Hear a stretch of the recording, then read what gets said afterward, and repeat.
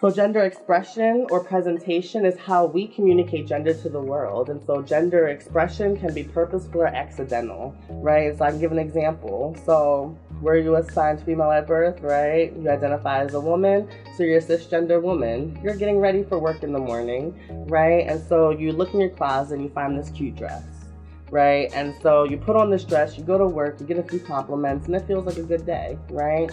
Conversely, right, I'm a transgender woman. So I was assigned male at birth, but my gender identity is a woman. But what if I didn't come to work today at the attic and decided to wear some slacks, right, and a button-up and a blazer, right? I didn't want to do my hair this morning and I didn't wear makeup, right? I come to work, I get a few compliments, but it doesn't feel like such a good day for me, right?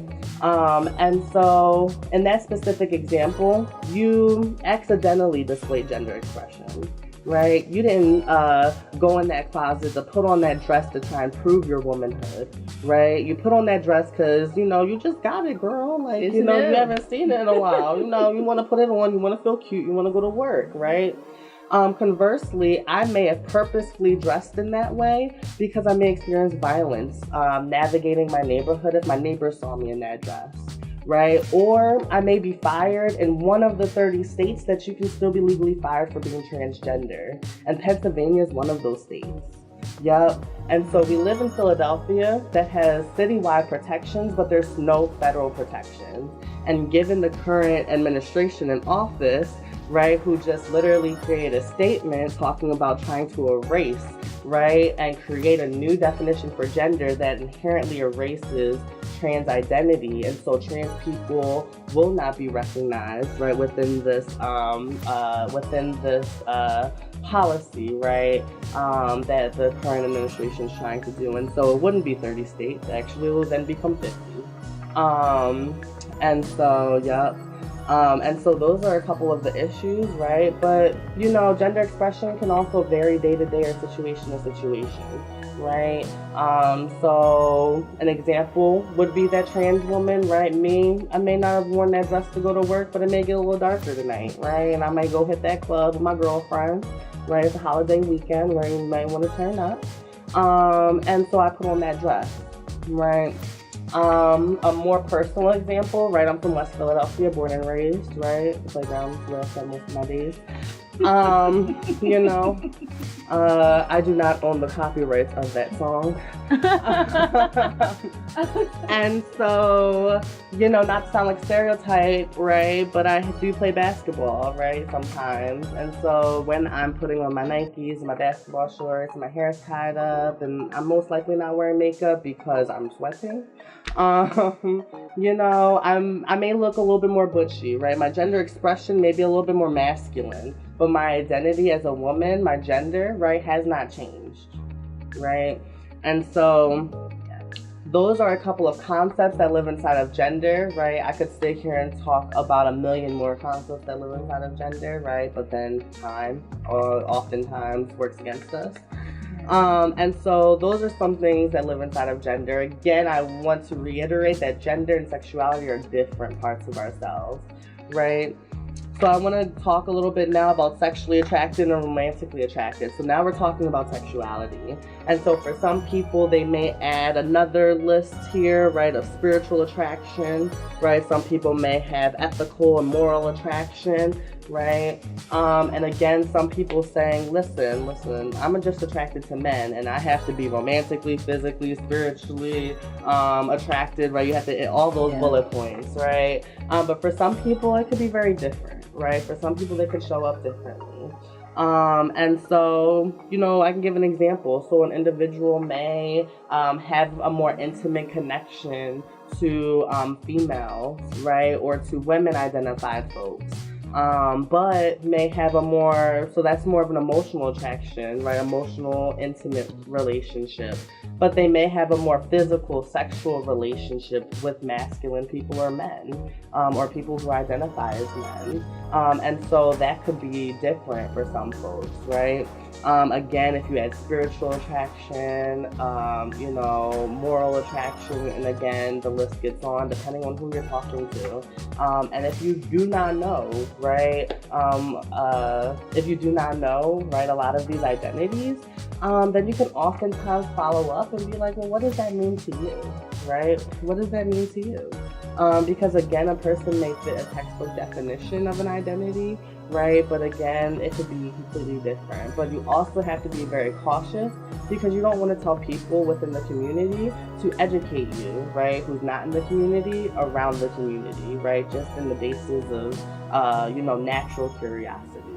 Right, and so I'm going to share a lot about my own self today, right, as I have shared a little bit about myself pertaining to my identity.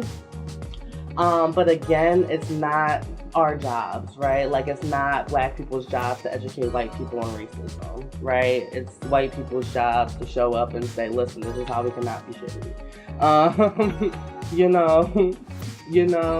And so, because again, that labor piece, right? That piece around us in the oppressed group have to always rehash our own traumas in lights of trying to educate people, right? So we have to be very cautious when we're asking people questions, right? Is it so that we can be respectful of their identity, or is it because we're curious, right? And if you're curious, go on Google and find credible resources to further educate yourself. Right? It also depends on your relationship with that individual, right? So there's a lot of more things to think about pertaining to that. But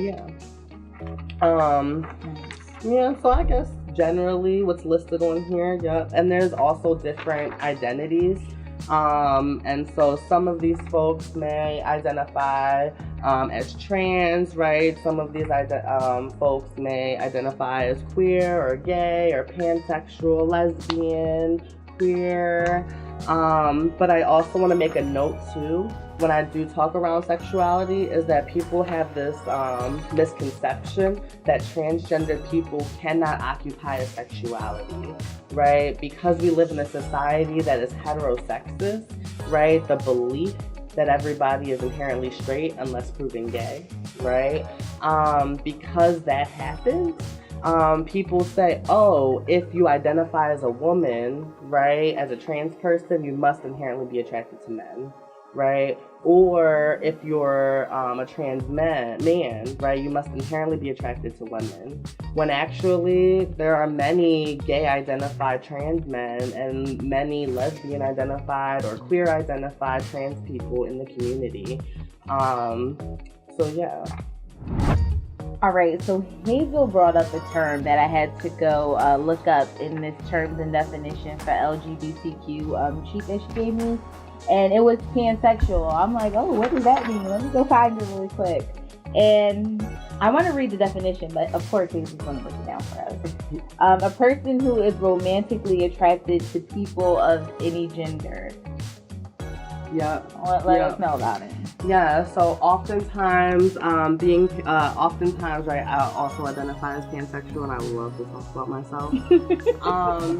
But, right, oftentimes people say, well, isn't that bisexuality, right? And what I would tell people is like, no, right? Because bisexuality is reinforcing the gender binary, right? That there's only men and only women, or that you're only attracted to men and women.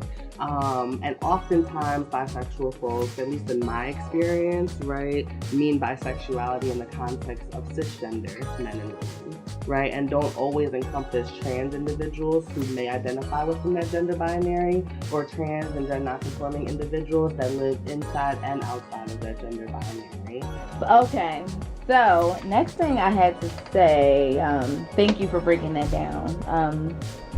I think that's me too. I think I'm attracted to people.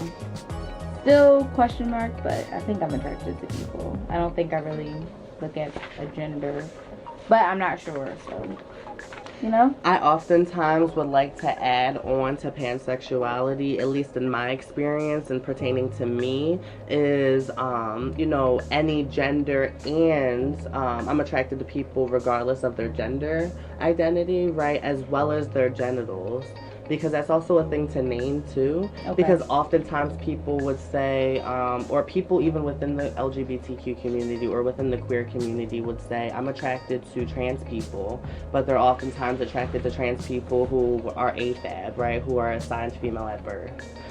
Because of that genital preference, right? It's oftentimes also used as a tool to uplift, right, certain genitalia, and to take away from that person's gender, right? So people would say, I'm attracted to women, but have a genital preference, right? They're not actually attracted to all women, right? You're attracted to cisgender women, right? But you're not going to say that, oh, I'm attracted to women, so I'm not going to talk to you because I am a woman, right? But you just have a genital preference, which oftentimes, right, can be a thing used as like, oh, that's transphobic, because our understanding around genitals are inherently through gender, right, or our biases pertaining to that person's gender. So if we never associated genitalia with sex and with gender, right, I believe that a lot more people would be more fluid with the genitals that they engage in with sexually. So now I want to go into coming out, or people coming out to you, and I'll share a personal experience that I had with a friend who came out to me, and I personally didn't know how to handle that. I'm like, are you sure? Like, how do you know you're gay? Like, it was just a lot of questions, and it kind of like the person froze up. So at that time, of course, I'm in high school. I'm just learning. I don't really know any better. So for those, I know you work with a lot of teens. So when someone comes out, what's the proper way to like handle that, or like just educate us on that? Sorry for the mumbling. So if we're going to look at it from a service provider standpoint, right, if a young person that's LGBTQ identified came out to you, the first thing that you want to do, right, is to thank them, because it shows that they had a whole bunch of trust in you, right, to be able to share and disclose that information, and then follow up with them and say, well, what does that mean to you? Right? What does that identity mean to you? Because again, identity does not always equal behavior, or they may have specific needs pertaining to their identity. You may not know a lot of language that they're using, right, to talk about their identity. So just by checking in with them and saying, like, for example, if a young person came up to you and said, I identify as a demi-boy, bi-gender, pansexual person, which again are all real identities, it's completely okay to say, well, thank you for sharing that information, but what does that mean to you? Right? So that you're beginning to understand, right, that person's experience in relating to how they're naming their identity. Because again, a lot of times our identity or our experiences would pretty much show up within the way that the language that we use pertaining to talking about ourselves. You would also want to follow up and try to find any allies, any accomplices, any resources, right, for that young person, if that young person wants those things, right? Okay. And you also have to screen referrals. If you, over at the Attic, that's what we do, right? Because we're not going to send a young person to this homeless shelter, right? If we know that a lot of racism, homophobia, and transphobia shows up, right? And so we're gonna call them and say, well, what are your policies around discrimination look like? Right? What are some of your policies and procedures? What will your staff do if this happens? Right? So again, we can make sure that our young people are safe in any way that they're going. And that is also very much important, right? Information, because if I'm not fully seen or fully heard, I can't be fully respected, right? And so, like, those are a couple of things that you can do when a young person comes up to you if you are in a service provider role. Setting